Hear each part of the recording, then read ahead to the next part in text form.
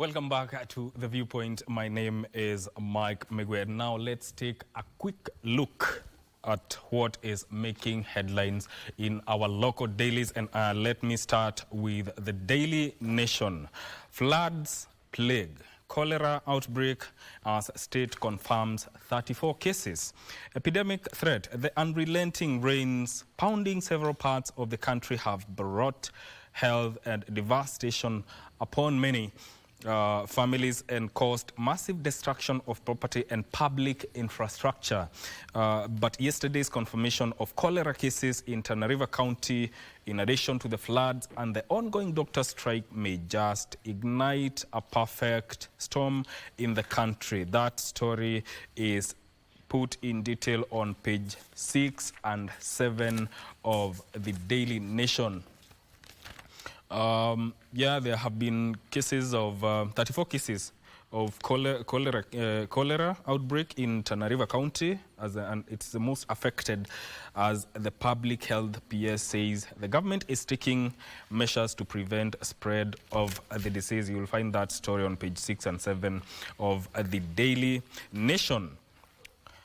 Online learning, that is another story that is making headlines on the first page of the Daily Nation. Class divide between academies, public schools. The indefinite postponement of reopening of schools has reopened or exposed a wide divide where children from humble backgrounds who majorly attend public schools are going without learning, as their counterparts from well-to-do families attend classes virtually. Children from low-income backgrounds also form the majority of those affected by flooding through displacement and destruction of school infrastructure. That story is told in detail on page 4 of the Daily Nation. Another story making headlines here is housing levy. KRA goes after landlords, small businesses. That story is told at the back page of the Daily Nation. And another story also making headlines is about CS for Agriculture, Mithika Linturi. As a Linturi trial starts, MP fears for his life as NCPB boss fails to stop his arrest over fake fertilizer saga. That story is told in detail on page 12 of the Daily Nation. Moving on to the Standard. Food crisis looms. Food shortage fears after floods sweep through nation's agricultural heartlands, destroying food reserves and thousands of acres of crop and damaging irrigation systems, exposing Kenyans to high prices and steep losses. That story is told on page 2 and 3 of the Standard. And let me engage my guests, especially on this issue of food crisis. Let me start with you, Maheshimiwa. In your own assessment, what are we looking at in terms of food crisis owing to the effects of the floods that we have just experienced? Yes, I think the initial data indicating the impact of the weather phenomenon that we've experienced. Yes. That of massive destruction, sweeping of agricultural food, the crops in the field, and complete destruction by the floods. And of course, you know, destroying growing crops in the field will lead to zero harvest. So we should have a projection of a likely reduced yield or loss of crops in the field. And when we experience total loss of crops, then it means there will be no food. That is a sad consequence about it. The other scientific thing that remains a fact, and agriculturalists and agronomists rather, and fertilizer experts will tell you, is that excess rains will lead to a lot of leaching of minerals. So the fertilizers that have been utilized across the country are likely to have been heavily leached by the heavy rains. Yes. So when you have extreme waterlogging Yes. in our agricultural fields and in our soils, it will lead to serious and heavy leaching of minerals, and that is dissolving and migrating it deeper into the soils or translocation by moving water, and so that eventually the minerals, the fertilizer that was applied to our crops could actually have been lost. And so that in overall will lead to net loss in the food production in terms of projection. But if the rains can subside, and those farmers who are yet to do top dressing, then some of it might be rescued, assuming the rains will subside. But if it doesn't, then our agricultural fields will suffer from heavy leaching and re-loss of the fertilizers that was applied on our crops. So from my agricultural background, where I come from, I believe those are the great inherent risks that we face with these extraordinary heavy rains. Yes. Dr. Nyamongo, owing to that, should we come to that point that we might face serious food shortage, are we going to look at steep prices of food, and how can, in your own assessment, government cushion Kenyans from that? Absolutely. But before that, it is highly recommended that the people of Kenya know there are things that we cannot control as human beings. Number one is natural disaster. When you find out that we have floods like this, then it means this is not our own making. This is the making of the Creator. You will allow me to contemplate what the Holy Spirit speaks to the prophet Isaiah in the book of Isaiah 45, beginning from verse 5 to 6. That I am the Lord and there is no other. Yes. I make light Yes. and cause darkness. Yes. I bring prosperity Yes. and create disaster. Yes. I, the Lord, does all these things. Yes. Full stop. So what I'm saying is that when you look at any phenomena like this one of flood, it is the making of God. But God has put in place authorities to bring remedies, to act on behalf of the people. So our question then is, what is the governing authority doing in regard to the floods? Number one, if there are floods, then as the Honorable Sossion has envisaged, in fact, we will have food supply going down. So the government then ought to come up with the policies, especially from the Ministry of Special Programs, and also the Ministry of Agriculture, in collaboration. You see, the government works in collaboration and in consultation with other state organs. So even the counties, we need to look at the distribution between the functions of the national government and the counties in order to ameliorate food shortage. So the government ought to appeal to the people and look at what is the best available options to help the people come out from what?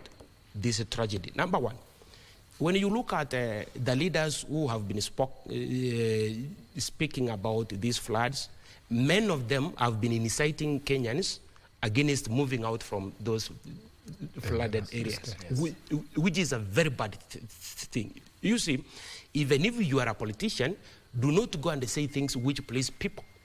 Tell people what is right for them, even if it's so painful. Tell them the places where you are now inhabiting is very dangerous as far as these rains are concerned. So it's better for us to move to a better place than to reorganize ourselves later. Are they providing those alternatives? Okay. When you look at, I'm saying, when you look at the politicians, most of them from the opposition side have been inciting the Kenyans, insisting that do not move from these places unless the government has come up with immediate what? Measures. And the government is saying, first, move. We will provide for you temporarily what? Remedies. Yes. Then we will give you what? Long-term solution. And I know there is no government which is not committed to the lives of the people.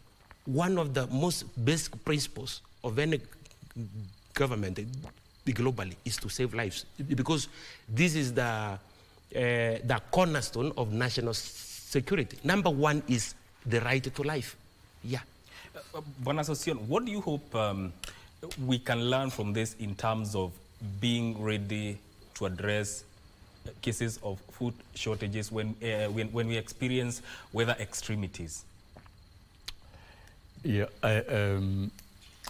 before I answer that, I wish to buttress the comments by my fellow panelists about the impact of this disaster. And I don't think, and I challenge the media, you've really not brought out these episodes of disasters very strongly. Those of us who hear of Mayu tragedy, what we see on the TV and in the media is so shallow. It's not what is on the ground. And therefore the impact of these floods in the entire country are extremely devastating.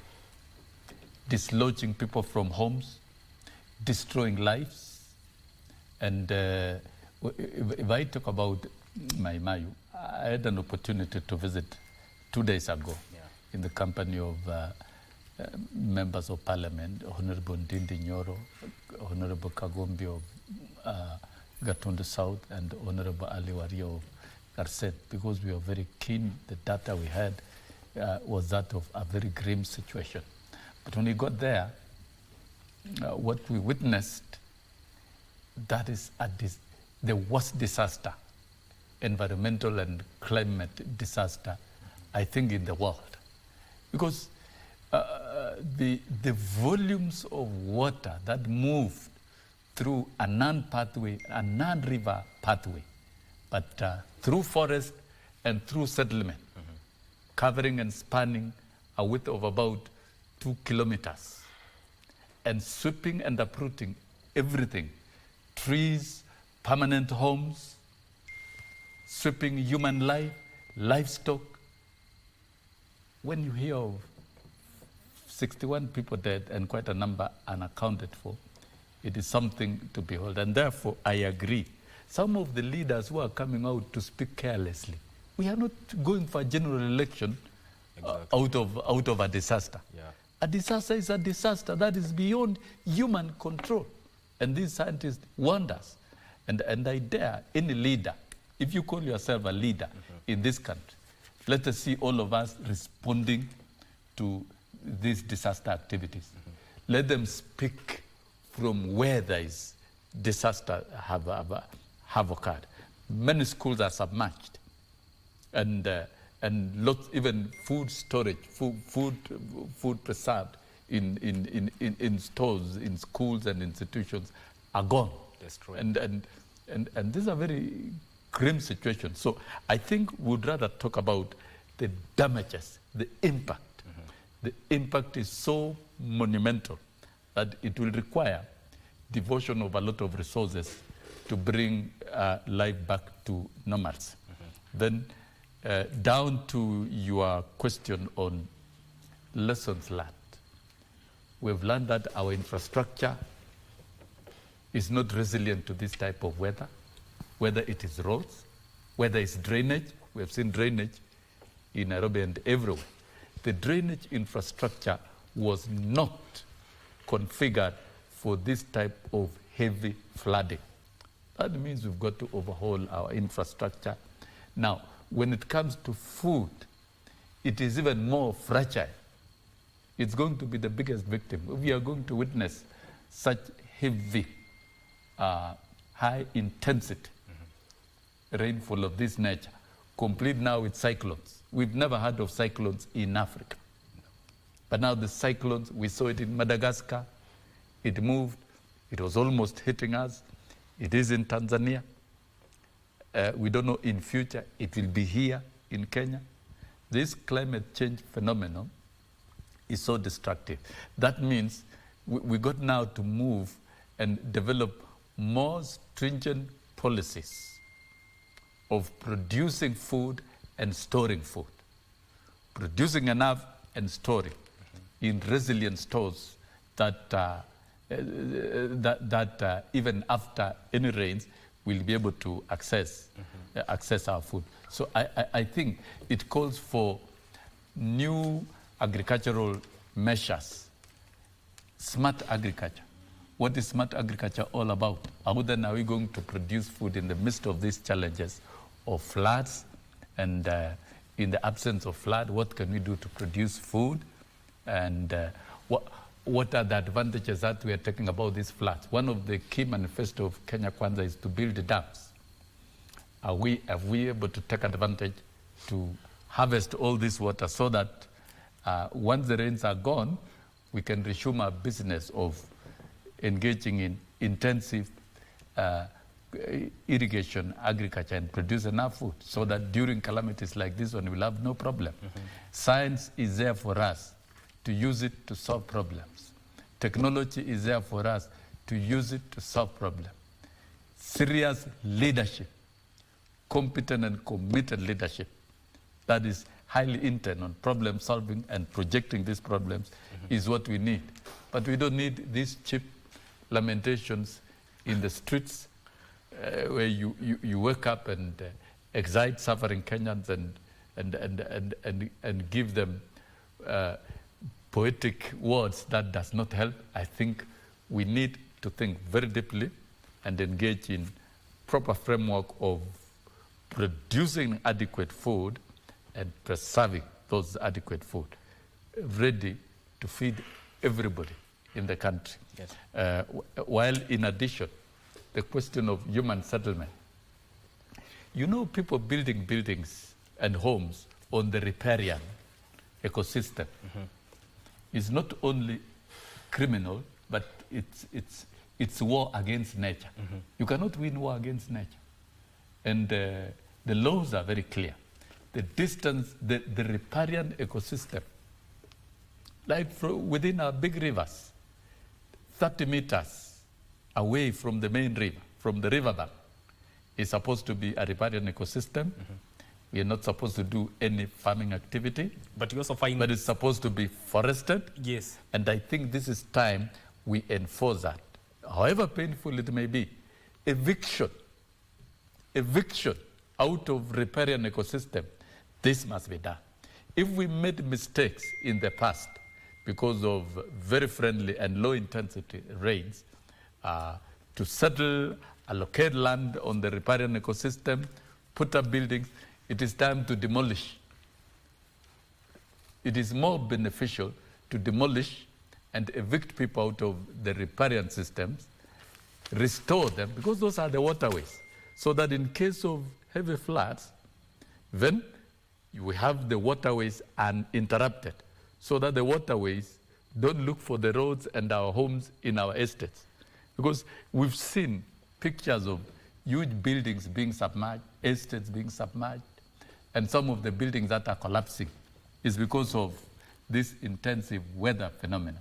So that the architectural, even construction and designs of buildings, they were not designed for this type of weather phenomenon. So it is not only in food, it is even in the infrastructure, housing, roads, drainage, and many things that we need to do, and also respect our riparian ecosystem. And I think we need to put very stringent laws in place, and I support the president very strongly in ensuring that we evict people from the riparian ecosystem. It is safe for them. It's safe to do that, and it's good for our future.